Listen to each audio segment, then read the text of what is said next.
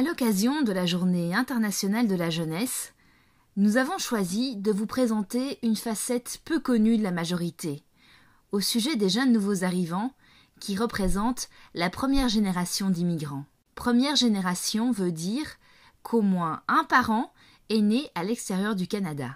La facette peu connue est celle qui démontre la réussite socio-académique des jeunes immigrants. Voici quelques faits pour vous. Un rapport de Statistique Canada confirme que les enfants issus de l'immigration contribuent à la hausse du niveau général de scolarité au pays. Et savez-vous qu'au Canada, et contrairement à plusieurs autres pays européens, les enfants issus de l'immigration sont globalement plus susceptibles d'entreprendre et de terminer des études postsecondaires que leurs homologues non immigrants. Revenons à nos jeunes et allons faire leur connaissance et découvrons un bout de leur vie. Bonjour, je suis Marielle Waitiki. Je m'appelle Yasmine Moussaoui. Bonjour, je m'appelle Tradis Petas. Je m'appelle Oumou Diop. Bonjour, je suis Brian Sobaguet. Je me nomme Lassina Dembélé.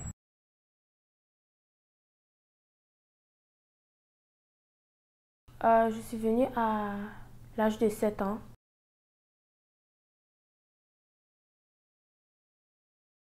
J'étais assez timide avant, donc j'étais dans mon coin. Je voulais parler à personne, j'avais peur, j'étais très stressée parce que je ne savais même pas si on pouvait me comprendre. Comme j'ai entendu que l'anglais c'était la langue de base, donc j'avais peur de parler français, mais il y a eu plein d'élèves qui sont venus vers moi, qui m'ont parlé en français et puis ça m'a un peu rassurée.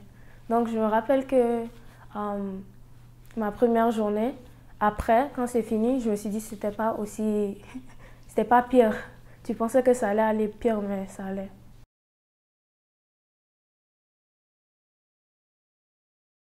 Je préfère un peu plus celui d'ici parce qu'on te donne plus d'appui. Genre, par rapport aux cours et tout, les profs sont plus impliqués, ils sont un peu plus gentils. De ce que moi j'ai vu, ils sont plus impliqués dans tes études, donc je préfère juste un peu plus celui ici.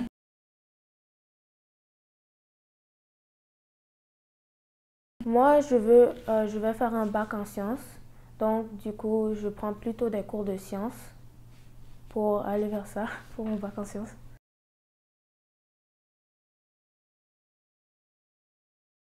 Premièrement, pour rendre mes parents fiers, parce qu'on a été ramenés ici pour se trouver plus d'opportunités.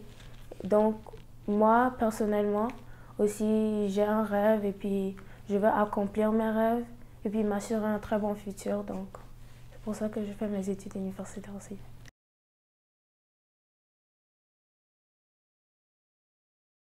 C'est mes parents qui payent pour moi, donc je suis assez chanceuse pour ça.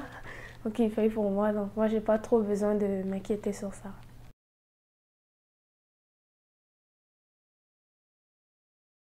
Non, non.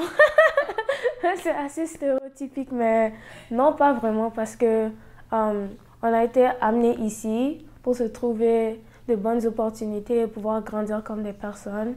Donc, si tu ramenais de mauvaises notes, ça va un peu contre. Donc, c'était mieux de ramener de bonnes notes. Et puis, mes parents, ils nous poussaient vers ça, d'obtenir de bonnes notes. Et personnellement, moi, j'avais pas trop de problèmes à l'école. Donc, c'était assez facile pour moi d'obtenir de bonnes notes.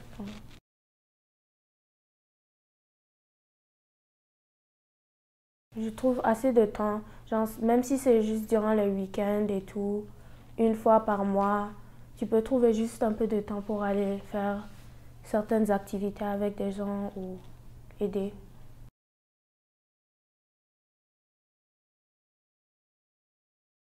Premièrement, c'est eux qui payaient les études, donc financièrement, c'est eux qui me soutenaient.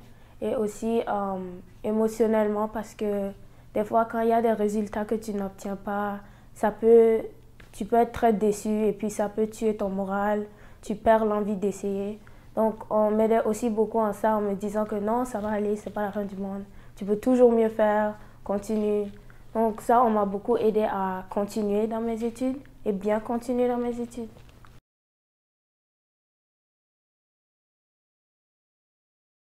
Je m'identifie comme un peu de tout.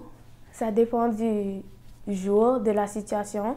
Genre, dans les situations, genre, si tu es entouré de Maliens, je peux devenir malienne, genre je peux assumer cette identité.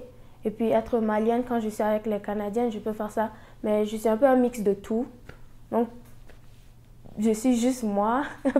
Genre, je suis un peu de tout. Je ne change pas vraiment pour les gens.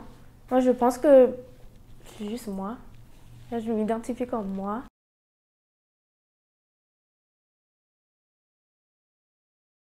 En allant à l'école, quand je venais juste de transférer à Taché, même si j'étais là pendant comme 1 ou 2 ans, comme immigrante, les lunchs étaient toujours un peu problématiques parce que je ne savais pas trop quoi ramener. Maman faisait des sandwichs de temps en temps, mais il y a quelques fois où tu devais ramener ta nourriture traditionnelle. Et puis ça stressait beaucoup. Donc un jour, j'ai ramené du tchèp. Et puis, bon, j'étais un peu stressée parce que ça sentait un peu fort. Donc quand je l'ai sorti pour manger, les gens ont commencé à parler. « Oh, ça sent mauvais. Oh, c'est bizarre. C'est quoi ça? Oh. » Mais il y a une fille qui est venue goûter, qui est canadienne de base. Elle est venue goûter et puis elle a vu que c'était bon. Donc, elle a dit aux autres, « Oh, c'est bon. » Elle a pris mon lunch et puis elle m'a donné son sandwich à la place. Donc, moi, j'ai dû manger son sandwich ce jour-là parce qu'elle a fini mon riz.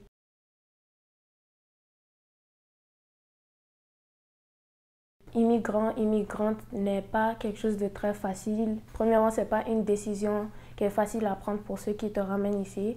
Et puis, c'est dur de s'adapter, mais il faut continuer à persévérer, travailler fort pour atteindre tes objectifs parce que à la fin, ça va payer et ce n'est plus aussi dur. Si tu continues à travailler fort, ça va être moins et moins dur.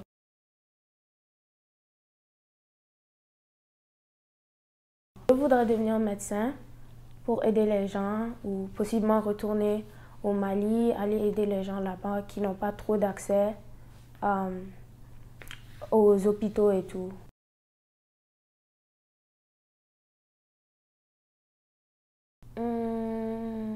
Sens parce que j'ai l'impression que je continue à grandir comme personne.